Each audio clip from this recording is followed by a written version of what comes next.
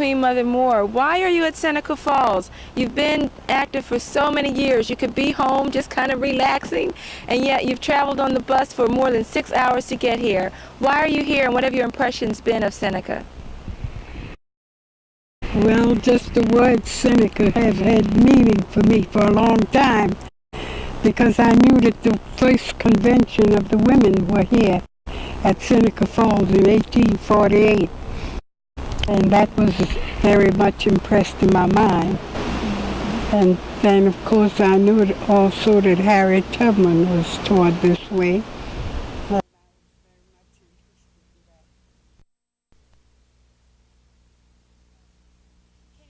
What has it been like since you've been here? How have you felt since you've been here? Can you give us some of your impressions? Well, it's wonderful. I was really very much impressed with the young people who have assembled here from every walk of life. And it's gratifying to know that the spirit of Harriet Tubman is alive. As a matter of fact, it seemed to be growing in the minds of these young college people. And it's very wonderful. It seems that some people have criticized today's young generation for having apathy and not being politically aware and politically active. Has there been any change as far as you've noticed between today's young generation and, say, when you were young and coming and in the years in between? Is there any difference in the young people of today and the young people of past generations? No, I find an acceleration of the work today. In times past, there haven't been this kind of awareness in my young days among the youth. How did you get started politically? What was your first introduction of activism? What got you started into being politically active? Well, actually, I was born in the struggle. You couldn't in the struggle in the South. I was the daughter of a man who had been a deputy sheriff, and he had a big fight on his hand. He had to fight a big rich white man who had horsewhipped his son. And he called a man out of his house and he horsewhipped him for horsewhipping his son. And of course the mob came and Papa had to leave town, leave all of his belongings and everything, and go to New York. That was in Lafayette, Louisiana. And then there was all kinds of Jim Crow in the South. And you couldn't drink in the water fountain. It was for white and everything. And I saw a lynching when I was 5 years old. So I couldn't help but be in the struggle. Where were you born? And can we ask when were you born? Yes, certainly you can ask when I was born. I was born in 1898. That's in another century. And I was born in Louisiana, New Iberia, Louisiana. And what kind of things have you done? You were active in the civil rights movement and movements before then? I was active in, well, you say the civil rights movement. It wasn't this movement, though, when you talk about the civil rights movement. There was a movement for civil rights, and I was active. I've been active all my life. I've been active. Yes. When did you move up north? Can you tell us some of the places you have traveled and lived in the United States and perhaps outside of the United States? Well, I moved up north. I came north first for the launching of the Garvey ships. You know, Could you tell us about the launching of the Garvey ships and what Garvey represents? Yes, I was a member of the Garvey movement. in Louisiana, he came to speak to us. And I can tell you about that incident. He came to speak to a group of people, and the mayor wouldn't permit him to speak. So we protested, and he did come, but we didn't think that they would let him, so we went prepared to defend him. And everybody went with guns. 3,500 people filled the hall. Everybody had guns and bags of ammunition. Everybody had a suitcase full of ammunition. And they were And you cups. had one too? I had 2 guns with me, one in my bosom and one in my pocketbook. And the police came in, they filed in, they were very numerous throughout the hall, right across the platform where Garvey spoke. And when Garvey came in, everybody stood up and we cheered. And he said, my friends, I must apologize to you for not addressing you last night. But the reason that I didn't was because the mayor permitted himself to be used as a stooge by the police department to prevent me from speaking to you. And when he said that, the police jumped up and said, I'm going to run you in. And we all stood up on the benches. Everybody was on, we had benches then, we was in Longshoreman Hall. Everybody stood on benches, took out their guns and put them in the air and said, speak, Garvey, speak, with guns flashing in the air.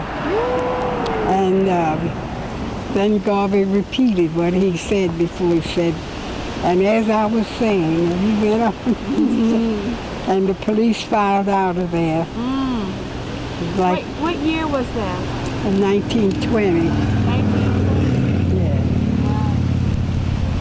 Because history in this country is so selective, I think there's many people who don't know who Marcus Garvey was.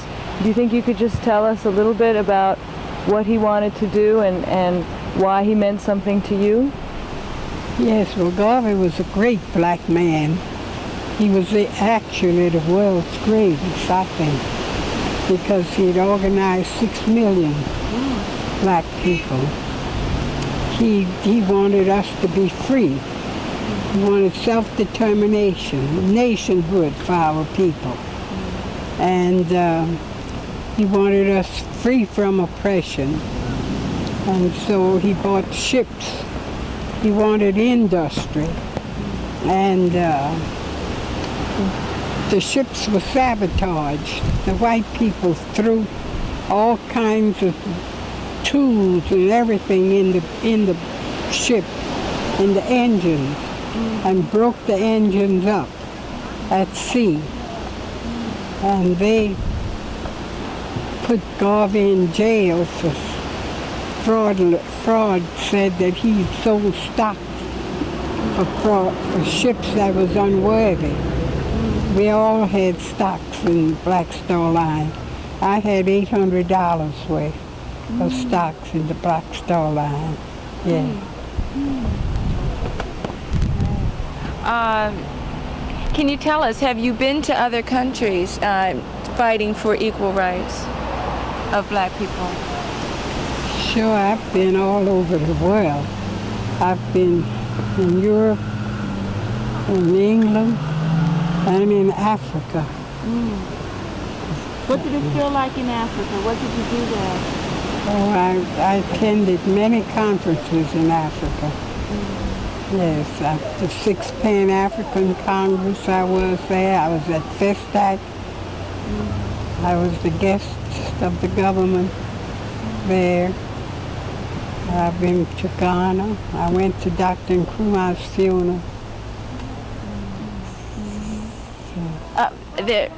A lot of people today are actively fighting for free rights in South Africa.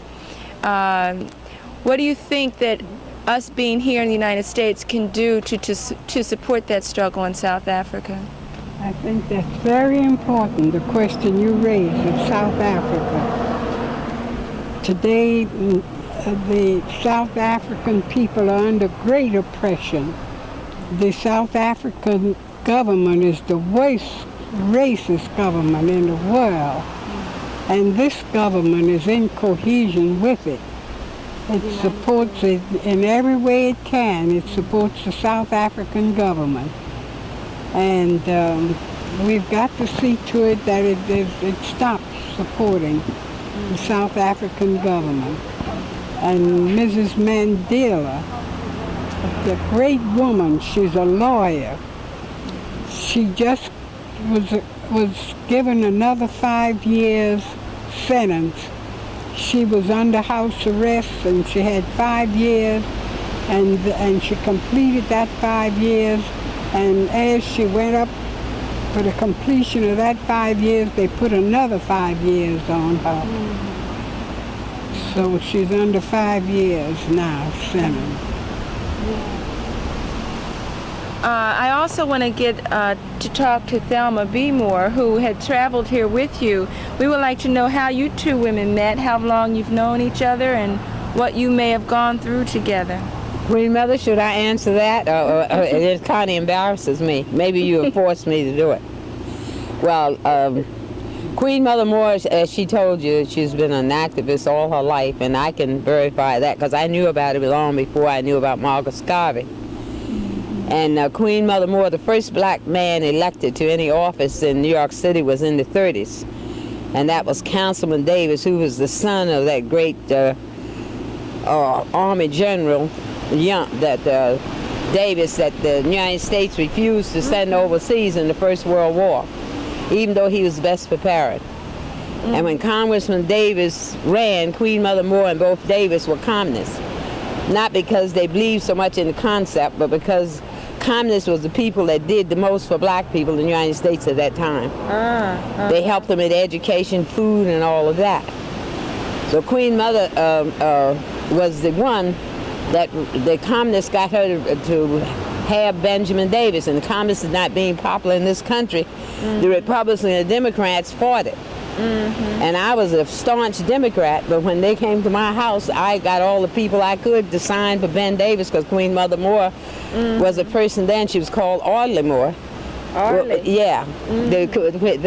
She was his manager, campaign manager.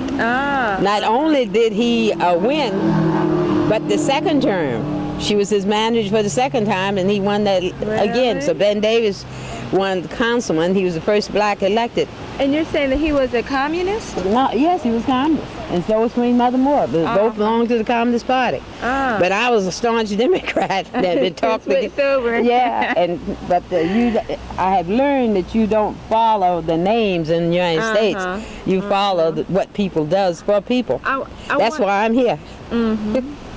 There's a couple questions I want to ask. One, being that when you mention communists in the United States, you tend to get a dirty look, you may get dirty phone calls, you may have a lot of pressure on you from the public.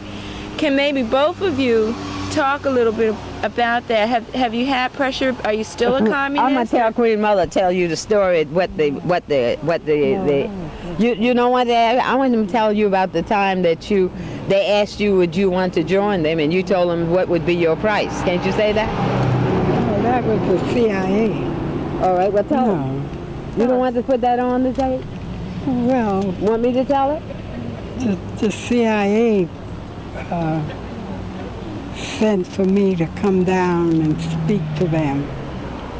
And I didn't want to go, but then they said I had to go, so I went.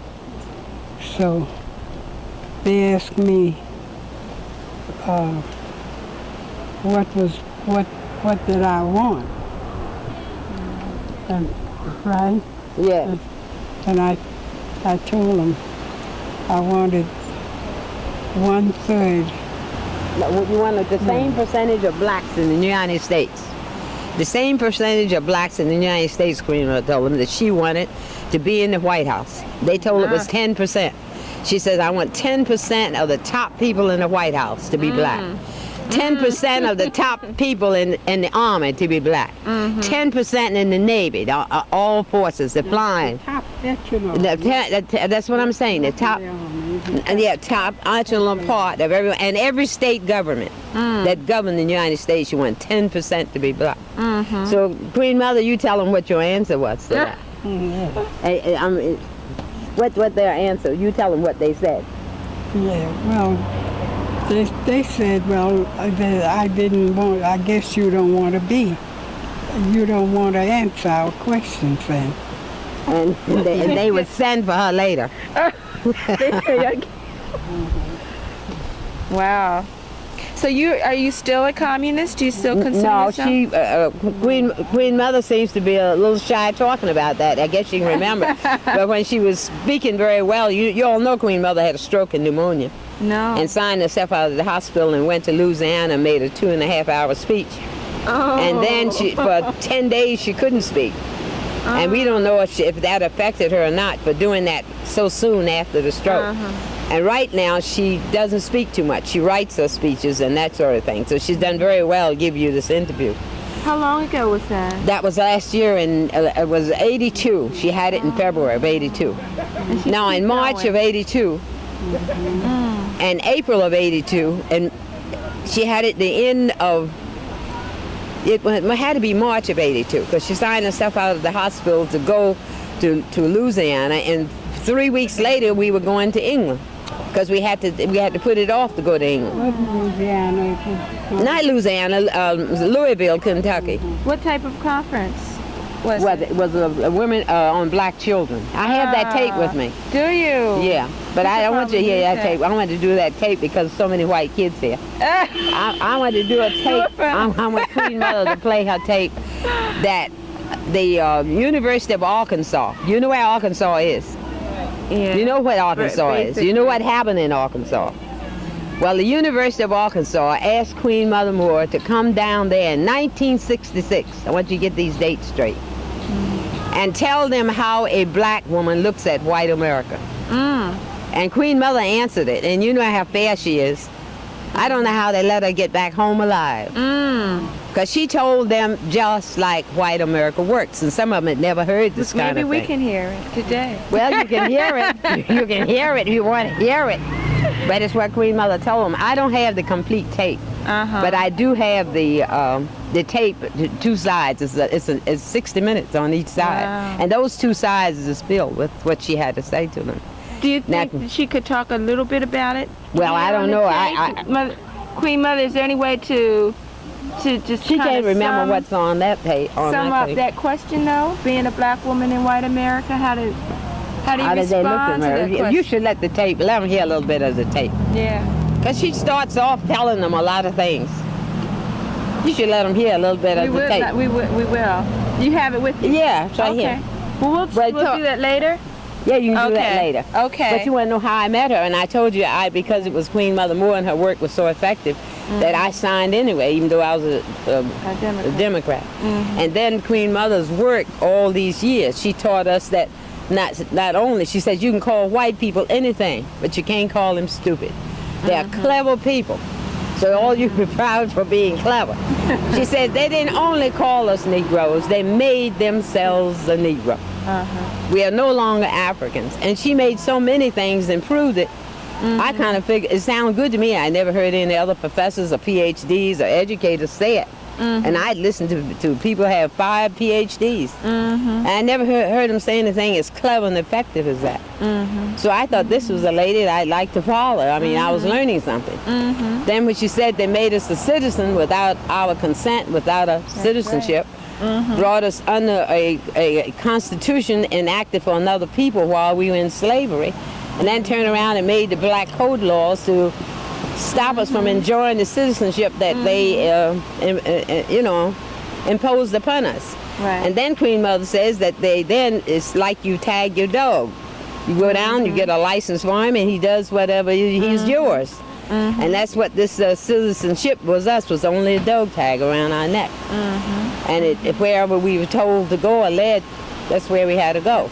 And then she says, for all of this, the United States owes Africans born in the United States reparations. And she says that she tells all of the Latin, any third world people that they should, and especially Africans born in the United States, they should take English as a foreign language. Yeah, exactly. Because it is a foreign language. That's right. And it's a lot of, I find a lot of sense in what Queen Mother has to say. Even though they try to ignore it, I think they're going to get around to it. It's not our mother's tongue. It's not our mother's. That's right. But they have our people so conditioned that we feel that it is. And that's where I studied the thing. I said, well, we're so psychologically dead. We really are Negroes. They made us into a Negro. And that is, they made us European, you see? And we look so ridiculous with these European names. Imagine every black person that you know have a European name. And that's inexcusable. And you just take it for granted because that's the way it is. They have a European name and you think nothing of it, and so it is. Queen Mother says that you got your names in such disgraceful form because when you were captured and brought here, the man that captured you named you and brought you across, and if he chose to go in a crap game and put his servants up in his farm for sale, on the table, and lost you at a crap game, then you have to go to another slave master. So you may have had 3 or 4 names during your lifetime. Right. And all of this the United States government is responsible for, and or its reparations. Okay, in terms of reparations, what do you think that today's Black American or African American should get? Well, Queen Mother, it's not what you should get. Queen Mother's already set a price, $500 trillion. $500 trillion. Yeah, spread $500 trillion spread over 4 generations, and she's already taken it to the United Nations and took it to Kennedy. Yeah. Yeah, President Kennedy.